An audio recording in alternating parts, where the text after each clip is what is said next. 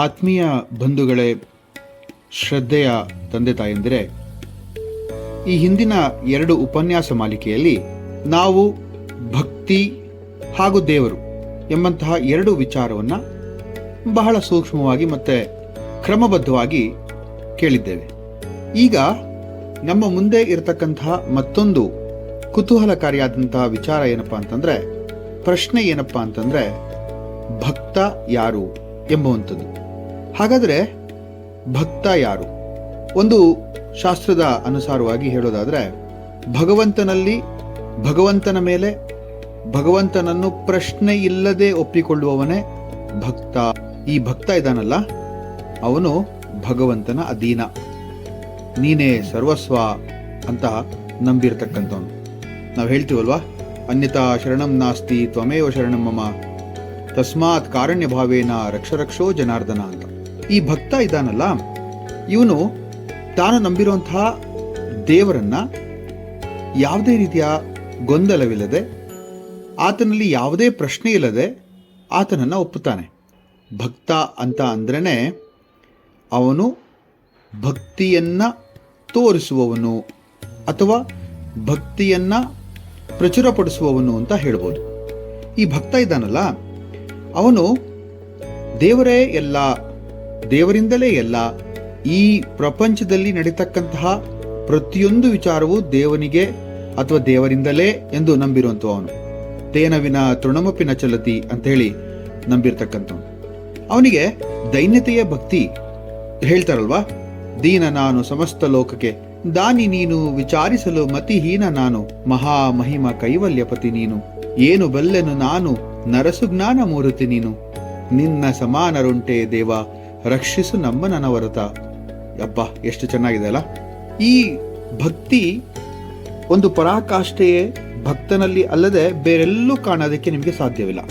ಕೆಲವೊಮ್ಮೆ ನಾವು ಹೇಳ್ಬೋದು, ಶರಣಾಗತಿಯೇ ಭಕ್ತಿಯ ಮೂಲ ಅಂತ ಕೂಡ. ಭಗವದ್ಗೀತೆಯ 12ನೇ ಅಧ್ಯಾಯದಲ್ಲಿ ಕೃಷ್ಣ ಮತ್ತು ಅರ್ಜುನರ ಸಂವಾದ ಭಕ್ತಿ ಯೋಗದಲ್ಲಿ ಬಹಳ ಅತ್ಯಂತ ಸುಂದರವಾಗಿರ್ತಕ್ಕಂಥದ್ದು.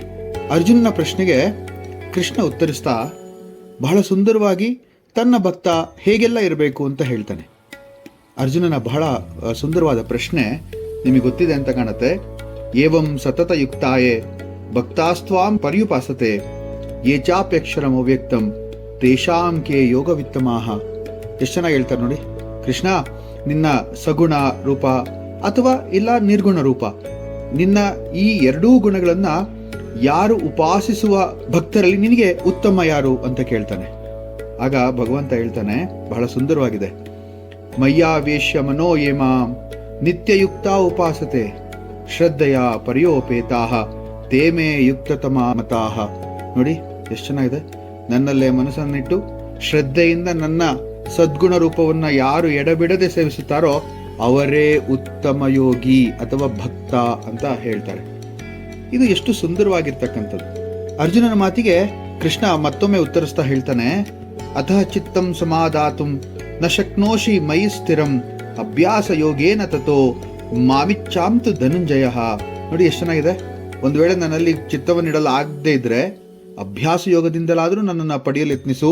ಅದು ಭಕ್ತನಿಗೆ ಇರಬೇಕಾದಂತಹ ಅತಿ ಮುಖ್ಯವಾದಂತಹ ಒಂದು ಗುಣ ಅಂತ ಹೇಳಿ ಕೃಷ್ಣ ಹೇಳ್ತಾನೆ. ಹಾಗಾಗಿ ಈ ಭಕ್ತಿಯ ಯೋಗ ಬಹಳ ಸುಂದರವಾಗಿ ಈ ಶ್ರೀಮದ್ ಭಗವದ್ಗೀತೆಯಲ್ಲಿ ಮೂಡಿ ಬಂದಿದೆ. ಇಲ್ಲಿ ಭಕ್ತ ಹಾಗಾದ್ರೆ ಹೇಗಿರಬೇಕು? ಕೃಷ್ಣನ ಮಾತುಗಳನ್ನೇ ಕೇಳೋಣ ಬನ್ನಿ. ಅದ್ವೇಷ್ಟ ಸರ್ವಭೂತಾನಾಂ ಮೈತ್ರಃ ಕರ್ಣ ಏವಚ ನಿರ್ಮಮೋ ನಿರಹಂಕಾರ ಸಮದುಃಖ ಸುಖ ಕ್ಷಮಿ ಅಂತ ಹೇಳ್ತಾರೆ.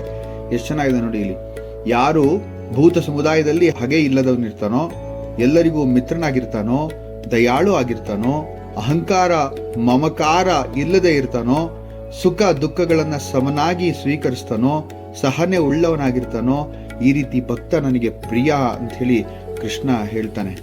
ಎಷ್ಟು ಸುಂದರವಾದಂಥ ಮಾತು. ಬಸವಣ್ಣನ ವಿಚಾರವನ್ನೇ ತಗೊಂಡ್ರೆ, ಬಸವಣ್ಣ ಭಕ್ತನ ವಿಚಾರವಾಗಿ ಬಹಳ ಸುಂದರವಾಗಿ ಹೇಳ್ತಾರೆ. ಹೇಗಿರಬೇಕು ಭಕ್ತ? ಆಗಾರೆ ಭಕ್ತ ಶಾಂತನಾಗಿರಬೇಕು, ತನ್ನ ಕುರಿತು ಬಂದ ಠಾವಿಯಲ್ಲಿ ಸತ್ಯನಾಗಿರಬೇಕು, ಭೂತ ಹಿತವಹ ವಚನವನ್ನೇ ನುಡಿಯಬೇಕು, ಸಕಲ ಪ್ರಾಣಿಗಳ ತನ್ನಂತೆ ಭಾವಿಸಬೇಕು, ತನು ಮನ ಧನವ ಗುರುಲಿಂಗ ಜಂಗಮಕ್ಕೆ ಸವೆಸಲೇಬೇಕು, ಅಪಾತ್ರ ದಾನ ಮಾಡಲಾಗದು. ಸಕಲೇಂದ್ರಿಯಗಳ ತನ್ನ ವಶ ಮಾಡಬೇಕು. ಇದೇ ಮೊದಲಲ್ಲಿ ಬೇಹ ಶೌಚ ನೋಡ ಲಿಂಗವ ಪೂಜಿಸಿ ಪ್ರಸಾದವ ಪಡೆದಡೆ ಎನಗಿದೆ ಸಾಧನ ಅಂತ ಹೇಳಿ ಸುಂದರವಾಗಿ ಹೇಳಿದ್ರು. ಶಂಕರಾಚಾರ್ಯರು ತಮ್ಮ ಭಜಗೋವಿಂದಂ ಗೀತೆಯಲ್ಲಿ ಹೇಳ್ತಾರಲ್ವೇ, ಇಹ ಸಂಸಾರೇ ಬಹುದುಸ್ಸಾರೆ ನಹಿ ನಹಿ ರಕ್ಷತಿ ದುಃಖಿಂಕರಣೆ ಭಜ ಗೋವಿಂದಂ ಗೋವಿಂದಂ ಭಜ ಮೂಢಮತೆ ಸಂಪ್ರಾಪ್ತೆ ಸನ್ನಿಹಿತೆ ಪಾಯೆ ನಹಿ ನಹಿ ರಕ್ಷತಿ ದುಃಖಿಂಕರಣೆ ಅಂತ. ಎಷ್ಟು ಚೆನ್ನಾಗಿದೆ ನೋಡಿ. ಇಲ್ಲಿ ಒಂದು ಚಿಕ್ಕ ಕತೆ ಹೇಳೋದಕ್ಕೆ ನಿಮ್ಗೆ ಇಷ್ಟಪಡ್ತೀನಿ.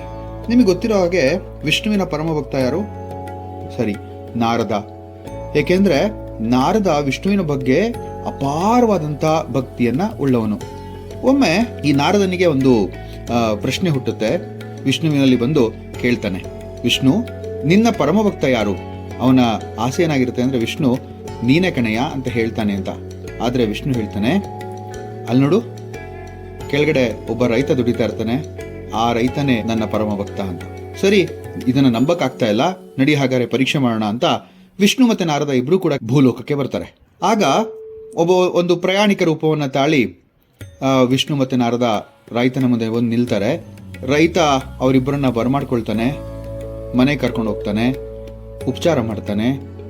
ಹೀಗೆ ಮಾಡಿ ಹೇಳ್ತಾನೆ, ನೀವು ಆರಾಮಾಗಿ ಈ ಮನೆಯಲ್ಲಿರಿ, ನನ್ನ ಕೆಲಸವನ್ನ ಮುಗಿಸಿ ನಾನು ಸಾಯಂಕಾಲ ನಿಮ್ಮನ್ನ ಬಂದು ಸೇರ್ತೇನೆ ಅಂತ ತನ್ನ ಕೆಲಸಕ್ಕೆ ಹೊರಟೋಗ್ತಾನೆ. ಈಗ ನಾರದ ಮತ್ತೆ ವಿಷ್ಣು ಆ ಮನೆಯಲ್ಲಿ ಇರ್ತಾರೆ. ಆದ್ರೆ ನಾರದನಿಗೆ ತಡ್ಕೊಳಕ್ಕಾಗಲ್ಲ. ಹೇಗೆ ಈ ರೈತ ಮಹಾವಿಷ್ಣು ಭಕ್ತ ಅಂತ ತಿಳಿಬೇಕು ಅಂತ ಆ ರೈತನ ಹಿಂದೆನೇ ಹೋಗ್ತಾನೆ. ರೈತ ಉಳುವಾಗ ವಿಷ್ಣುವಿನ ಒಂದು ನಮಸ್ಕಾರ ಮಾಡ್ತಾನೆ.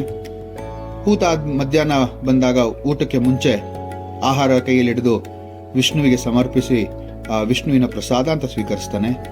ಸಾಯಂಕಾಲ ಹಾಗೇನೆ ತನ್ನ ನೇಗಿಲನ್ನ ಇಡಬೇಕಾದ್ರೂ ಕೂಡ ವಿಷ್ಣುವಿನನ್ನ ಧ್ಯಾನಿಸಿ ಧನ್ಯವಾದವನ್ನ ಹೇಳ್ತಾನೆ.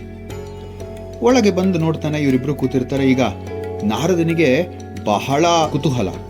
ವಿಷ್ಣುವಿನಲ್ಲಿ ಕೇಳ್ತಾನೆ, ಅಲ್ಲಪ್ಪ, ಅವನು ದಿನ 3 ಸರ್ತಿ ನಿನ್ನ ನೆನಿತಾನೆ, ಅವನ ನೀನು ಶ್ರೇಷ್ಠ ಭಕ್ತಿ ಅಂತೀಯಲಯ್ಯ, ಅದೇಗೆ? ನಾನು ನೋಡಿ ಎಷ್ಟೊಂದು ನಿನ್ನ ಬಗ್ಗೆ ನಾಮ ಜಪಗಳನ್ನು ಮಾಡಿದ್ದೇನೆ, ಎಷ್ಟೊಂದು ಗೀತೆಗಳನ್ನು ರಚಿಸಿದ್ದೀನಿ ಅಂತ ಹೇಳಿ. ಆಗ ವಿಷ್ಣು ನಕ್ಕಿ ಹೇಳ್ತಾನೆ, ಆಯ್ತಪ್ಪ ಸರಿ, ಈಗ ನಾನೊಂದು ನಿನಗೆ ಎಣ್ಣೆ ಗಡಿಗೆಯನ್ನು ಕೊಡ್ತೀನಿ, ತುಂಬಿರುವಂತಹ ಎಣ್ಣೆ ಗಡಿಗೆ. ನೀನೇನಿಲ್ಲ, ಈ ಮನೆಯ ಒಂದು ಮೂಲೆಯಿಂದ ಇನ್ನೊಂದು ಮೂಲೆಗೆ ಅದನ್ನ ಚೆಲ್ಲಲೆ ತಗೊಂಡು ಹೋಗ್ಬೇಕು. ಹುಷಾರ ಕಣಯ್ಯ, ಈ ಗಡಿಗೆ ಎಣ್ಣೆ ಇಂದ ತುಂಬಿದೆ ಅಂತ ಹೇಳ್ತಾನೆ. ಸೊ ಅಷ್ಟೇ ತಾನೇ, ಸರಿ ಹಾಗಾರೆ ಅಂತ ನಾರದ ತನ್ನ ತಲೆ ಮೇಲೆ ಆ ಎಣ್ಣೆ ಗಡಿಗೆನ ಇಟ್ಕೊಂಡು ಒಂದು ಕಡೆಯಿಂದ ಮತ್ತೊಂದು ಕಡೆಗೆ ಬಹಳ ಜಾಗರೂಕತೆಯಿಂದ ನಡೀತಾನೆ. ಆ ಮೂಲೆ ತಲುಪಿ ಬಹಳ ಹರ್ಷೋದ್ಗಾರದಿಂದ ಹೇಳ್ತಾನೆ, ನೋಡಯ್ಯ, ನಾನು ಎಣ್ಣೆಯನ್ನು ಚೆಲ್ಲೇ ಇಲ್ಲ ಅಂತ. ಆಗ ವಿಷ್ಣು ಕೇಳ್ತಾನೆ, ಹೌದಪ್ಪ ಸರಿ, ನೀನು ಎಣ್ಣೆ ಚೆಲ್ಲಿಲ್ಲ, ಹಾಗಾದ್ರೆ ನನ್ನ ನಾಮಸ್ಮರಣೆಯನ್ನ ಎಷ್ಟು ಸತಿ ನೀನು ಮಾಡಿದೆ ಈ ಒಂದು ಪ್ರಯೋಗ ಮಾಡುವಾಗ ಅಂತ ಕೇಳಿದಾಗ ನಾರದನಿಗೆ ಅರ್ಥ ಆಗತ್ತೆ. ಅಂದ್ರೆ ನಿಜವಾದ ಭಕ್ತನು ಭಗವಂತನನ್ನ ಮೆಚ್ಚಿಸೋದಕ್ಕೆ ಸಾಧನೆ ಮಾಡಬೇಕಾಗಿಲ್ಲ, ಅವನ ಪ್ರಾಮಾಣಿಕ ಹೃದಯದಿಂದ ಅವನನ್ನ ಪ್ರೀತಿಸಬೇಕು. ಇಂತಹ ಸುಂದರವಾದಂತಹ ವಿಚಾರವನ್ನು ಹೇಳ್ತಾ ಈ ಉಪನ್ಯಾಸ ಮಾಲಿಕೆಯನ್ನ ಇಲ್ಲಿ ಸಮಾಪ್ತಿಗೊಳಿಸ್ತಾ ಇದ್ದೇನೆ.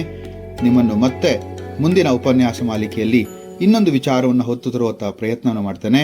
ಅಲ್ಲಿವರೆಗೂ ನಮಸ್ಕಾರ.